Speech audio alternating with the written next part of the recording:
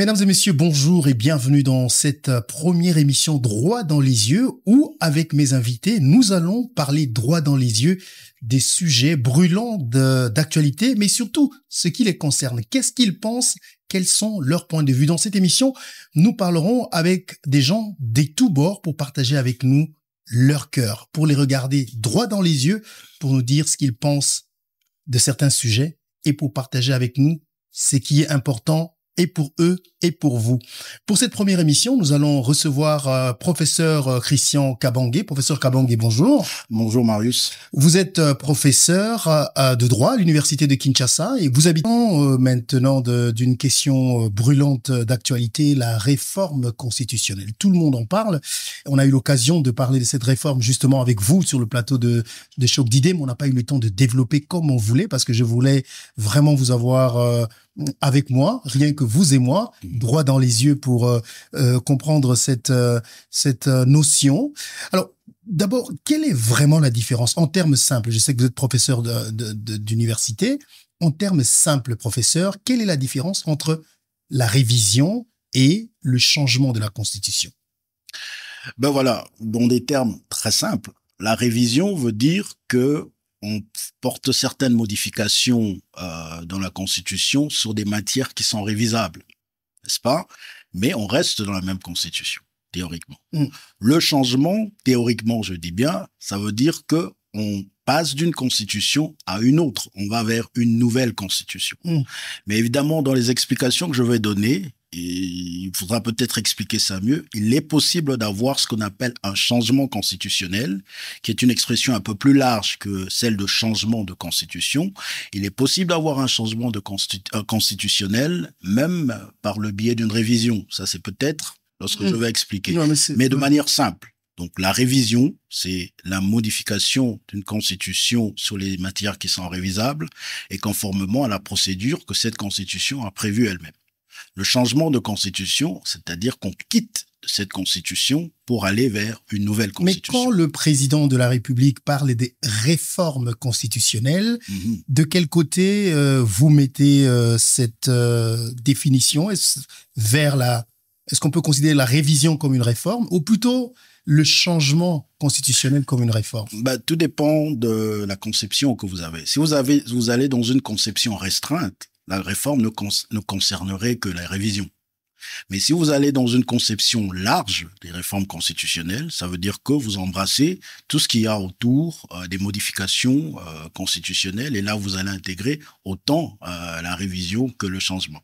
En tout cas, le président de la République, dans toutes ses dernières sorties publiques et médiatiques, notamment dernièrement lors du discours de l'État de la Nation, signe et persiste, il nous faut bien des réformes constitutionnelles dans ce pays. D'ailleurs, une commission est en préparation pour réfléchir sur ce point-là. D'ailleurs, il y a eu 4 anciens premiers ministres qui sont en train de soutenir cette révision ou ces réformes constitutionnelles. On en parlera tout à l'heure avec vous. Alors, quel est le véritable enjeu, professeur? Parce que les détracteurs du président de la République pensent que sont des manœuvres pour lui permettre de se représenter pour la 3e fois. Est-ce que faudra-t-il pas craindre justement derrière ces réformes, un autre mandat, un 3e de Félix Tshisekedi? Bon, je pense que c'est de bonne guerre pour l'opposition d'avancer ce discours-là, n'est-ce pas? Il faudrait pas s'attendre à ce que l'opposition puisse acclamer lorsque le président allait parler de réforme constitutionnelle. Donc c'est un discours politique, c'est un débat politicien, n'est-ce pas? Et la posture de l'opposition ne doit pas surprendre. Mais le véritable enjeu pour le comprendre, il faut aller au-delà de ces aspects politiques. Pourquoi? Parce que même lorsque vous vous interrogez un peu en arrière, certains de ses opposants, certains d'entre eux avaient aussi évoqué l'idée d'une réforme constitutionnelle. Donc ça veut dire quoi? Que le véritable enjeu doit aller au-delà, n'est-ce pas, des querelles politiciennes pour se poser la question de savoir est-ce qu'il y a réellement un problème de fond avec cette constitution qui doit être réglé, n'est-ce pas? Parce que même, comme je le dis, les acteurs de l'opposition qui décrit aujourd'hui la démarche du président, hier ont soutenu aussi l'idée d'une réforme constitutionnelle. Donc, en tant que Congolais, on doit se poser la question de savoir quel est le problème qui se pose et qu'est-ce qu'il faut régler. Et donc, si vous voulez comprendre ces enjeux-là, c'est comme ça que je dis qu'il faut élever le débat et aller au-delà, n'est-ce pas, de cette suspicion autour d'un troisième mandat pour poser les vraies questions. Mmh. Alors justement, les vraies questions, on va essayer de les poser et avoir des réponses avec vous. Nous allons essayer de prendre les aspects qu'a soulevé le président de la République. Par exemple, il y a l'aspect sur la stabilité au niveau des institutions. Au niveau central, les rapports entre l'institution président de la République et le gouvernement. Comment éviter, par exemple, que la situation qu'on a vécue avec le FCC et CASH se reproduise dans ce changement de constitution? Voilà, je vais répondre à cette question, mais j'aimerais quand même bien situer le débat. C'est-à-dire que pour comprendre les enjeux avec cette constitution, avec cette réforme, il faut d'abord comprendre quels sont les objectifs qui sont assignés à une constitution. Quels sont les objectifs assignés à la constitution du 18 février 2006. Parmi ces objectifs, il y a justement celui d'assurer la stabilité institutionnelle. Donc, on va revenir sur ça, sur votre question. Il y a aussi l'autre aspect, celui de créer un cadre institutionnel qui permet d'avoir une impulsion, de pourvoir à une impulsion au développement à la base, n'est-ce pas? Il y a aussi le fait d'avoir un système qui permet, au niveau institutionnel, de garantir les droits fondamentaux. Alors, lorsque vous prenez ces objectifs et que vous commencez à les analyser un à un, c'est là qu'on retombe, par exemple, sur la question que vous posez, les rapports institutionnels, la stabilité. Au niveau du pouvoir central, on peut analyser ça avec les trois pouvoirs. Et là, vous posez la question par rapport au rapport entre le Premier ministre et le président de la République. Ouais. On a connu cette crise du FCC qui, heureusement, le président a réussi à la déjouer parce qu'on aurait pu facilement retomber dans ce qu'on a connu lors de l'indépendance en 1960 entre Kasavubu et Lumumba. Donc, la crise FCC, on a des situations où vous avez, par exemple, le ministre de la Défense qui refuse d'accompagner le chef de l'État en Belgique, alors qu'il y a des accords de coopération militaire qui doivent être signés. Vous avez un ministre du portefeuille qui refuse d'exécuter les ordonnances du président de la République qui nomme des mandataires dans certaines entreprises. Est-ce que c'est constitutionnel dans la constitution actuelle, ce genre de positions? Refuser d'exécuter. Mais non. C'est pas logique. C'est pas logique. Lorsque la Constitution reconnaît au président de la République, par exemple, le pouvoir de nommer les mandataires, évidemment, on va revenir sur cette question peut-être lorsqu'on va parler des réformes. Lorsque le président prend une ordonnance pour nommer un mandataire, le ministre du portefeuille est tenu d'exécuter. Il n'y a pas des divergences sur... En fait, la situation avec le FCC, c'est qu'on avait des ministres qui obéissaient à l'autorité morale plutôt que d'être soumis à l'autorité au sein du gouvernement. N'est-ce pas? On est resté pendant près de 6 mois sans que le président ne convoque le Conseil des ministres parce que le Premier ministre ne voulait pas déposer sa démission. Alors, comment on règle cette question? Parce que c'est une instabilité dans le fonctionnement des institutions. Et ça remet sur la table la question du choix du régime politique. N'est-ce pas? On est actuellement dans un régime semi-présidentiel où, évidemment, lorsque ils peuvent vaciller, être à tendance présidentielle ou à tendance parlementaire, dépendamment des résultats des élections législatives. Si la majorité au niveau de l'Assemblée nationale est acquise au président de la République, le système fonctionne pratiquement comme un régime présidentiel. Mais lorsque la majorité au niveau de l'Assemblée nationale est acquise à l'opposition, il y a des couacs. Et c'est ce qu'on a vécu en 2019. Est-ce qu'il faut revivre ça à l'avenir?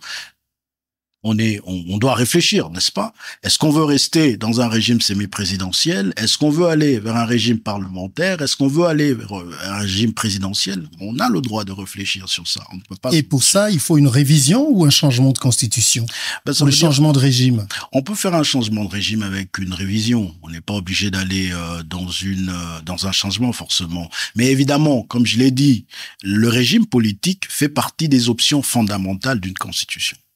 Et on considère que même lorsque on a changé de régime politique par une révision, on est dans un cas de changement constitutionnel. Donc vous aviez parlé tout à l'heure. Voilà. C'est pas forcément qu'on a changé de constitution, mais la constitution a perdu son identité à l'origine. Par exemple, à l'origine, elle consacrait un régime semi-présidentiel. Mais là, parce qu'on révise et on change l'équilibre des pouvoirs entre, par exemple, le président de la République et le gouvernement et l'Assemblée nationale, on va vers un régime présidentiel. On considère que la Constitution a été substantiellement transformée dans son identité. Donc, une révision est d'une façon ou d'une autre un changement de Constitution. Pas forcément. Une révision peut porter sur des aspects mineurs, n'est-ce pas? Mais lorsqu'elle porte sur des options fondamentales, n'est-ce pas? On considère, dans la doctrine, certains considèrent qu'on peut parler d'un changement constitutionnel sans nécessairement aller vers une nouvelle constitution. Mais c'est parce que l'identité de la Constitution, à l'origine, a été transformée. Et dans ce cas-là, on n'est pas toujours obligé de passer par le débat autour de l'article 220.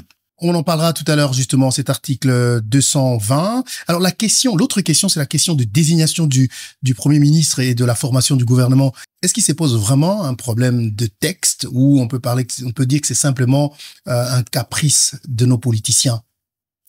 Bon, je pense que c'est une question multidimensionnelle que vous me posez là. C'est-à-dire qu'elle peut aussi faire intervenir d'une certaine manière la question du régime politique. C'est vrai. Certains ont estimé que c'était simplement un caprice de politicien. On donne comme exemple le cas de Matata Ponyo qui a réussi à former son gouvernement en 10 jours. Mais je pense quand même que peut-être que le cas de Matata pourrait être considéré comme une exception. Pourquoi je le dis? Parce que lorsque vous analysez déjà l'article 78 de la Constitution, vous verrez déjà qu'il y a un double délai de 30 jours là-bas qui est consacré dans le travail que l'informateur doit faire. Or, si vous regardez depuis 2006, on n'a jamais réussi à sortir des urnes avec une majorité parlementaire homogène. Elle est toujours issue d'une coalition. Et il faut nécessairement donc un travail d'identification de cette majorité. Donc, lorsque vous prenez cet aspect-là, vous prenez le temps que l'Assemblée nationale met pour passer du bureau provisoire au bureau définitif, le temps qu'il y a pour adopter les règlements intérieurs des différentes chambres et constituer les groupes parlementaires, vous prenez encore le temps qu'on passe avec le contentieux électoral, vous comprenez qu'il n'y a pas que l'aspect caprice, n'est-ce pas, des politiciens. C'est vrai, c'est la dimension socio-anthropologique, n'est-ce pas, le comportement des acteurs politiques qui exige, à mon avis, un leadership fort pour s'imposer sur ces acteurs. Mais il y a aussi les aspects de réforme qui voudraient, n'est-ce pas, par exemple, qu'on puisse, à mon sens, si on va rester dans un régime semi-présidentiel, par exemple, procéder par la technique des délais. Donner, par exemple, un délai après lequel le président de la République doit nommer le Premier ministre après, voilà. Sous quelle formule? Son investiture. Dire, par exemple, que dans les 15 jours qui suivent l'investiture du président de la République, il doit désigner un Premier ministre. Il viendrait d'où? Ben, voilà. De la majorité, mais quelle majorité? Qui l'aura déterminé? Alors, on retombe dans la même situation. Justement, il faudra qu'au lendemain des élections, n'est-ce pas, que le président de la République arrive, dans la mesure du possible, à identifier, n'est-ce pas, la majorité parlementaire, la coalition, disons, ceux qui pourraient être majoritaires. Et lorsqu'il nomme un Premier ministre dans cette hypothèse, ce Premier ministre aussi, on pourrait lui donner un délai, n'est-ce pas, pour aller à la rencontre de cette coalition majoritaire et former le gouvernement. Mais comme je le dis, il ne suffit pas de nommer le Premier ministre. Il ne suffit pas de former le gouvernement. Il faudrait que ce gouvernement soit investi. Et son investiture dépend d'autres aspects, notamment la mise en place du bureau définitif de l'Assemblée nationale, l'adoption des règlements intérieurs et la mise en place des groupes parlementaires. Donc, tout ça, ça doit être pris en compte dans le cadre d'une réforme constitutionnelle beaucoup plus large. Donc, et je reviens sur la question du régime politique parce que lorsque le président a évoqué cette question, certains ont évoqué le cas du Sénégal. Or, le Sénégal, c'est un régime présidentiel. Donc, dans le régime présidentiel, le gouvernement est responsable devant le président de la République et non l'Assemblée nationale. Donc, ça veut dire que même si on va dans un régime présidentiel, au lendemain des résultats des élections, le président peut se réveiller et dire « Marius, tu deviens mon Premier ministre ». Donc, il n'est pas tenu par les règles de la majorité. Donc, si on veut simplifier, vraiment simplifier, l'idéal, c'est d'aller vers un régime présidentiel. Ça, c'est un autre débat pour savoir si c'est un régime qui va avec la réalité de la République démocratique du Congo. Parlons d'un autre aspect. Tantôt, on parle de possibilité de supprimer le Sénat et puis on parle également des difficultés qu'il y a pour les élections des gouverneurs qui favorisent pas beaucoup l'unité nationale depuis 19 ans maintenant. comment y arriver? Comment est-ce qu'on peut trouver une solution à ce problème? Est-ce qu'il faut aussi, là, changer la Constitution? Bon, je pense que Parce que le président de la République l'a évoqué aussi. Bien sûr, lorsque on prend, il faut quand même reconnaître qu'on a fait 19 ans avec cette Constitution, donc bientôt, le 18 février, ça va faire 19 ans. Lorsque vous prenez toutes les 19 années, vous allez remarquer que les rapports entre les gouverneurs de province et les assemblées provinciales ont été chaotiques, n'est-ce pas? Et ça nous ramène quelque part dans l'aspect que j'ai évoqué sur le fait qu'une constitution doit assurer, n'est-ce pas, la stabilité dans le fonctionnement des institutions. Or, les institutions, lorsque vous regardez dans la constitution, c'est pas seulement les institutions du pouvoir central, c'est aussi les institutions provinciales. Et donc, les rapports entre le gouverneur et l'assemblée, les assemblées provinciales posent un problème. N'est-ce pas?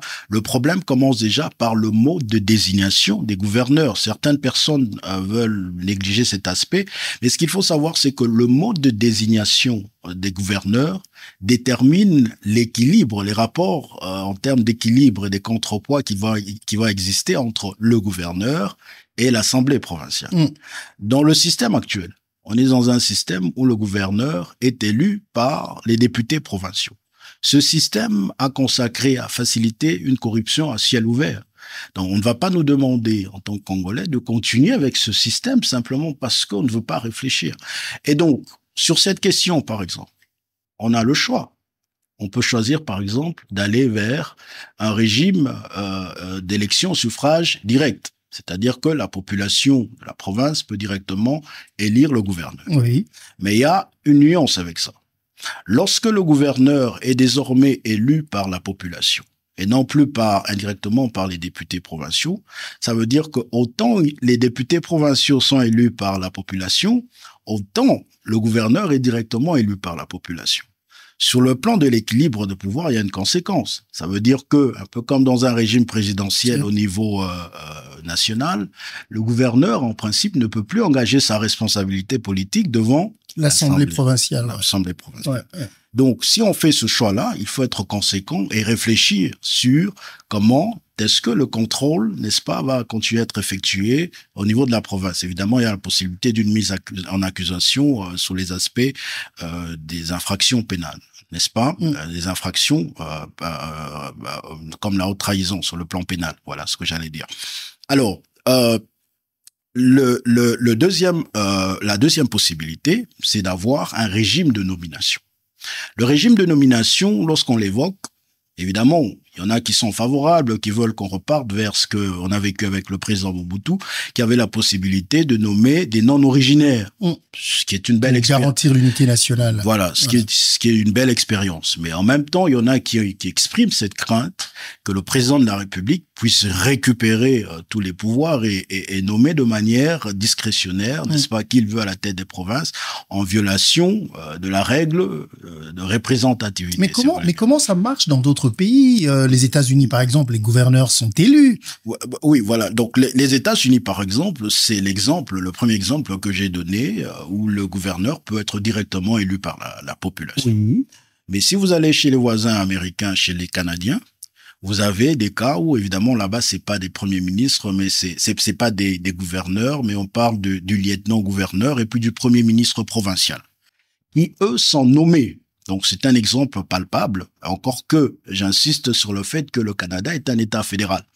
Donc, on peut aller vers un régime de nomination sans que cela n'entame, n'est-ce pas, le pouvoir des provinces ou l'autonomie des provinces. Mais la nomination, dans ce cas-là, ne se fait pas de manière discrétionnaire. Elle se fait un peu comme se fait la nomination du Premier ministre au niveau national. Ça veut dire que le président de la République doit tenir compte des forces en présence au niveau de l'Assemblée provinciale et nommer un gouverneur de province qui sera capable de jouir de la confiance de l'Assemblée provinciale. Alors, pour ce cas-là, justement, professeur Kabange, on peut dire qu'il y a nécessité, si on veut changer ça, de changer la Constitution. Bien sûr.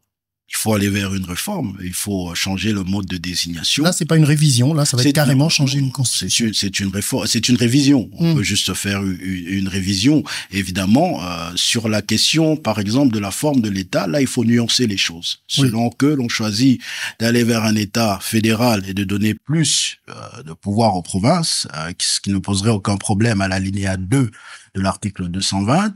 Mais si on décide de repartir et de devenir un État décentralisé, unitaire, simplement décentralisé, ça veut dire qu'il y a des prérogatives des provinces qui seront réduites, n'est-ce pas? Oui. Et cela, ça nous ramène à tout le débat autour, évidemment, de l'article 220, son alinéa 2, qui interdit de réduire les provinces, les prérogatives reconnues aux provinces. Et alors, la problématique du Sénat, certains parlent aussi de la suppression du Sénat en République démocratique du Congo. Est-ce que cela demande également une réforme ou une révision ou un changement de constitution? Non, la suppression du Sénat, ce sera simplement en principe une révision. Évidemment, tout dépend de si on considère que la suppression du Sénat va entamer les prérogatives des provinces. Mais ce que j'aimerais dire par rapport à la question du Sénat, il faut mettre ça dans une considération générale en rapport avec la nécessité de rationaliser, n'est-ce pas, le train de vie des institutions, le poids de la dépense publique. Pourquoi?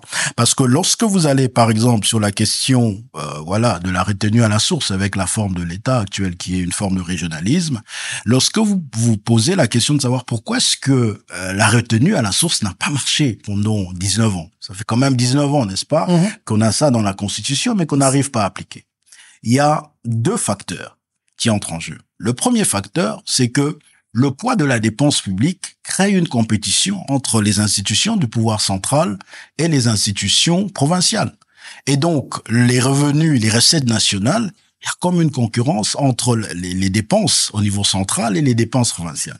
Et donc, si on veut régler ça, il faut quoi? Il faut baisser le poids de la dépense publique en rationalisant, évidemment, la dépense publique au niveau n'est-ce pas, du pouvoir central. Et ça peut passer par la suppression des institutions. Ça peut passer par la suppression des multiples agences qui font parfois le même travail que certains ministères. Et donc, c'est dans ce contexte-là qu'il faut apprécier ou analyser la question de la suppression ou non du Sénat. Pourquoi? Parce qu'une suppression du Sénat ferait, par exemple, 600 millions de dollars économisés sur une législature. Parce que le budget actuel, disons, ce que le Sénat consomme actuellement, c'est autour de 100 millions, 110 millions, 115 millions, quelque part là. Et lorsque vous faites ça sur une législature, facilement, on peut arriver autour de 550 ou 600 millions de dollars. Cet argent peut être réinvesti, n'est-ce pas, pour financer des infrastructures au niveau des provinces. Ou les élections. Par exemple. Les élections, ouais. Par exemple. Et donc ça me ramène au deuxième aspect de la problématique de la retenue à la source. C'est que dans la capacité contributive des provinces, il n'y a que, sur les 26 provinces, je pense, il n'y a que 6 provinces, n'est-ce pas, qui arrivent à donner ou qui représentent près de 70% du revenu national. C'est le Haut-Katanga, le Haut-Lomami, le Tanganyika et le Lualaba. Et ensuite, vous ajoutez le Bas-Congo, la province du Congo central et Kinshasa. À eux-mêmes, ils représentent 70% des contributions des recettes. Donc, les 26 autres, les 20 autres, qui restent, ne représentent que 15%. Alors, dans ces conditions-là, comment vous voulez qu'on fonctionne, comment on va arriver à faire retenue à la source et puis renvoyer suffisamment de ressources aux provinces pour fonctionner. Donc il y a un déséquilibre qu'il faut régler. Et la caisse de péréquation ne règle pas la question. Pourquoi? Parce que la caisse de péréquation ne prend que 10%. Et sur ces 10%, ce sont essentiellement des dépenses en termes d'investissement, n'est-ce pas, d'infrastructure. Or, le poids de la dépense publique, c'est pas seulement les investissements, c'est aussi les dépenses de fonctionnement. Donc, il y a toute une réflexion à faire sur la rationalisation des dépenses publiques en rapport avec... Et ça, c'est constitutionnel, tout ça? Mais bien sûr. Bien sûr, parce donc, que l'article 218 prévoit la possibilité de réviser la Constitution. C'est en fonction de ça. Et d'ailleurs, j'aimerais préciser, parce que j'ai suivi un politicien qui disait dernièrement que la forme actuelle de l'État a été un compromis politique parce qu'on voulait créer des institutions pour donner un peu plus de travail aux politiciens. N'est-ce pas? Or, ce compromis politique qui a été adopté au moment ça part de Sun City et puis au moment de l'adoption de la Constitution en 2005, du projet ou de l'avant-projet du projet ensuite, c'est un compromis qui n'a pas tenu compte des paramètres économiques. Ça n'a pas tenu compte des paramètres économiques et aujourd'hui ça nous rattrape. Combien de fois on a eu, c'est pratiquement chaque année, des députés provinciaux, des ministres provinciaux qui passent des longs mois sans être payés. Et dernièrement, c'était ce qu'on vient à peine d'élire, les conseillers communaux, n'est-ce pas, qui peinent à être payés. Donc, ces compromis politiques, ces choix politiques n'avaient pas tenu compte des paramètres économiques. Et aujourd'hui, ça nous rattrape, ça handicape le fonctionnement de l'État. Donc, il faut réfléchir sur ça. On ne peut pas s'empêcher de réfléchir sur ça et essayer de trouver une solution. Voilà. Alors, maintenant, on parle de, allez, parlons révision, changement constitutionnel du point de vue de la procédure. Comment on y parvient? Doit-on alors toucher à l'article dont tout le monde parle, l'article 220 de la Constitution pour y arriver, ou il y a d'autres procédures? Alors, on ne va pas mettre la charrue avant le bœuf. C'est-à-dire que si on opte pour une révision, la procédure est prévue, n'est-ce pas? La matière est régie par les articles 218, 219 et éventuellement 220 qui consacrent les matières intangibles. Alors, pour la révision, la procédure est prévue à l'article 218. Il donne, cet article les autorités qui partagent l'initiative, n'est-ce pas, de la révision. Concurremment, il y a le président de la République, le gouvernement, voilà, la moitié de chacune des chambres du Parlement, et puis une fraction du peuple, 100 000 citoyens congolais peuvent signer une pétition. Voilà, signer une pétition. Et donc après, les deux chambres vont apprécier le bien fondé de la révision, et ensuite le président de la République aura le choix entre aller vers un référendum ou alors faire adopter la révision par un vote du Congrès au 3/5. Ok. Alors ça, c'est la révision. Le plus grand débat, je pense que c'est autour du changement, n'est-ce pas? Quelle serait la procédure? Alors, ce qu'il faut retenir, c'est que une constitution n'a pas toujours à prévoir la procédure de son changement. Il y en a qui le prévoient. Par exemple, la constitution suisse, autrichienne, allemande. Certaines constitutions prévoient le mécanisme de leur changement. Mais chez nous, cela n'est pas prévu, n'est-ce pas? Mais la question qui se pose, c'est comment y arriver, n'est-ce pas? Et je vous ai dit qu'en matière de changement constitutionnel, il y a deux hypothèses.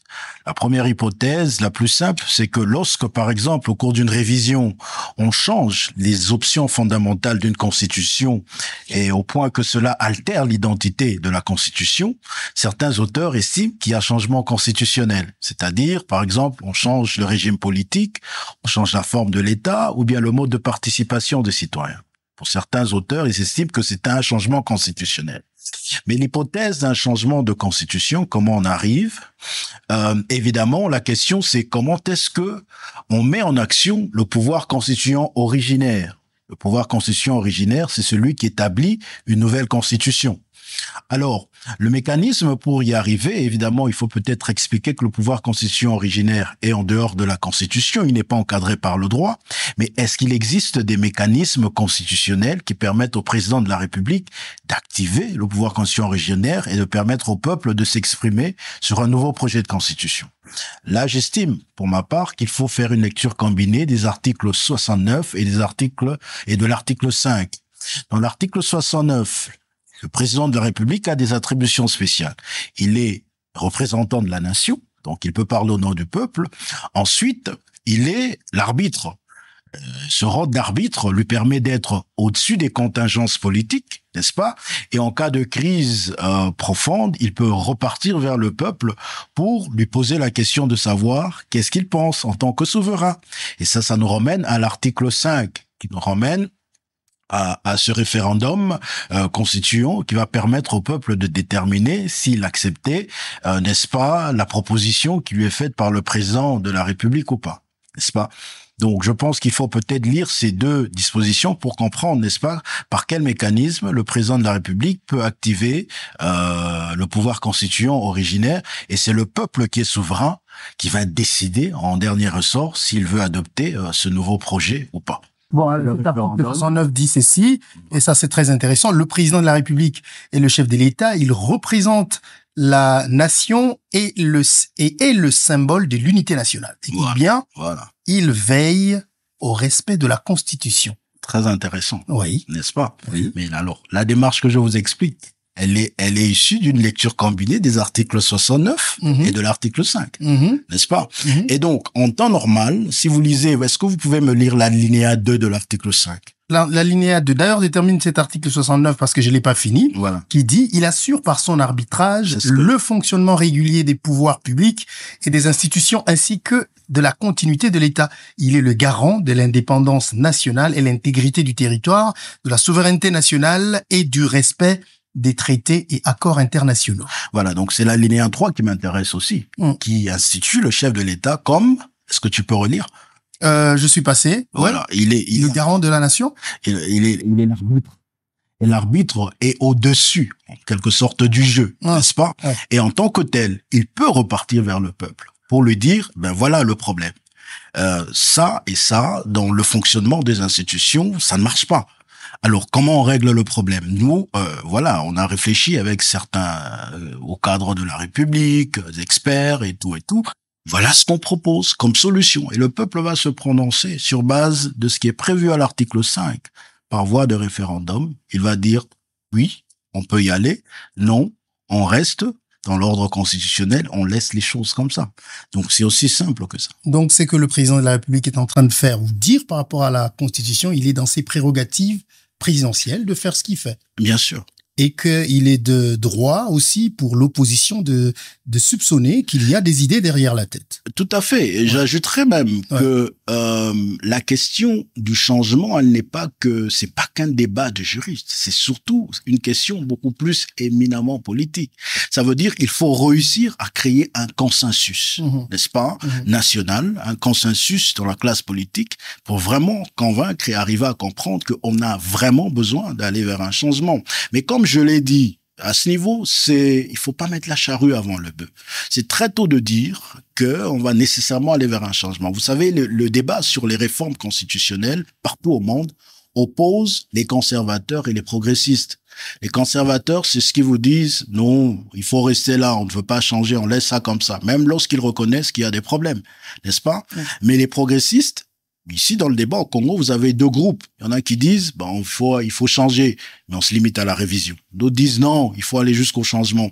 Mais je pense que ce débat sur changement ou sur révision, c'est pas le plus important.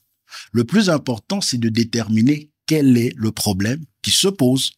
Et ensuite, de décider souverainement, en tant que nation congolaise, comment on va régler ce problème pour améliorer le fonctionnement des institutions. Mais il y a aussi la question du temps qui se pose. Pourquoi maintenant? Voilà, pourquoi maintenant et pourquoi pas maintenant? Je pense que c'est une question d'opportunité politique, n'est-ce pas? La décision d'une réforme constitutionnelle. Mais ce qu'il faut retenir, et c'est ce que j'ai l'habitude de dire, c'est que les réformes constitutionnelles, lorsqu'elles sont objectivement nécessaires, n'est-ce pas? C'est un peu comme un malade qui doit passer par le bloc opératoire. Alors, le médecin vous dit, vous devez passer par le bloc opératoire. Vous reportez, vous ne faites que reporter, en fin de compte, vous allez vous retrouver devant une situation beaucoup plus compliquée. C'est pareil avec la question de la réforme. On peut ne pas le faire avec le président Tshisekedi, ça va nous rattraper sur la prochaine législature. Donc, quand il y a des choses à corriger, il faut le faire. Et donc, pourquoi maintenant, pourquoi après, pourquoi pas avant?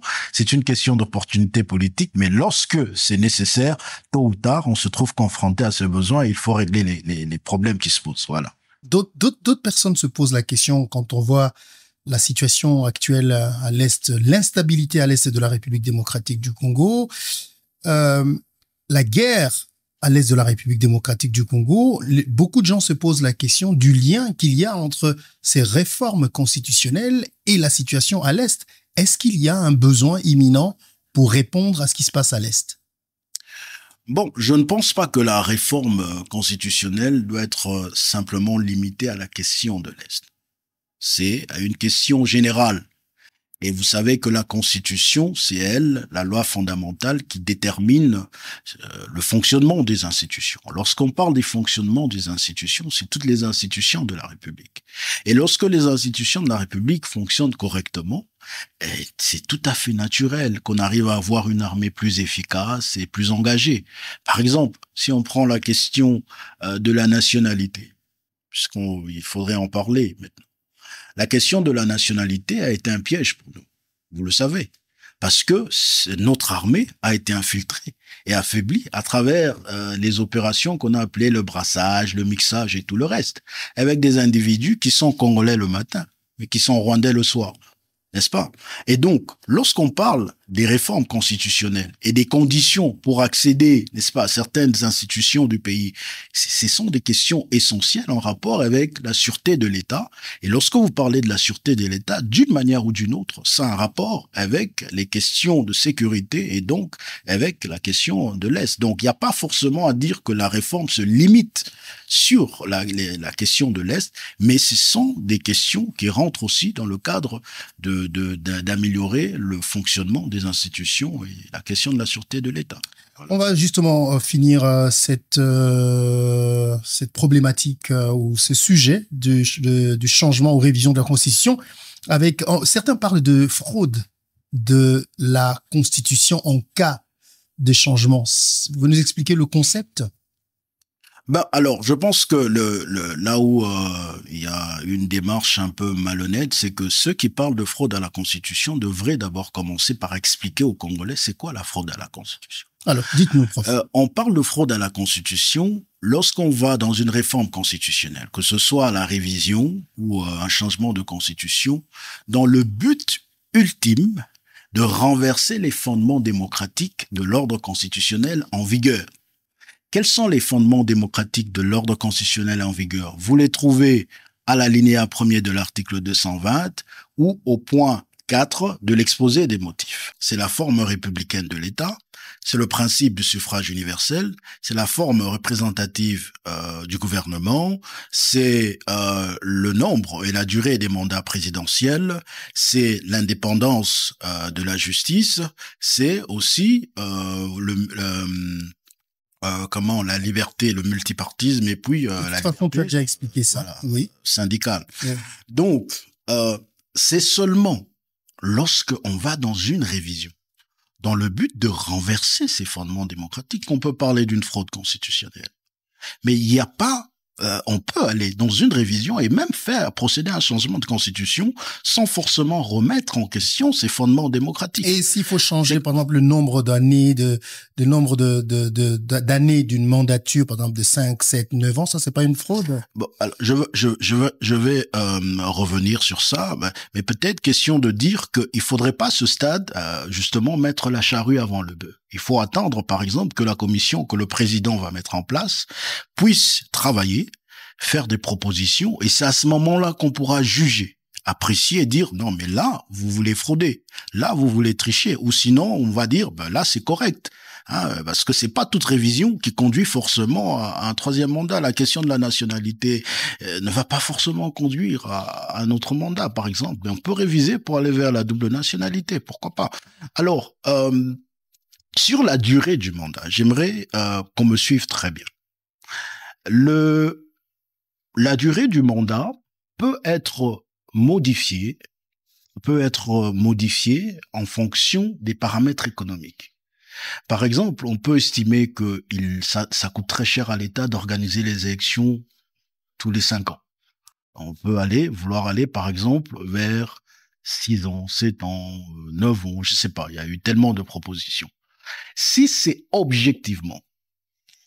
fait objectivement, n'est-ce pas, pour simplement essayer de gérer un peu les aspects économiques ou les aspects financiers de l'organisation des élections, ça ne devrait pas ipso facto être considéré comme un cas de fraude à la Constitution, n'est-ce pas?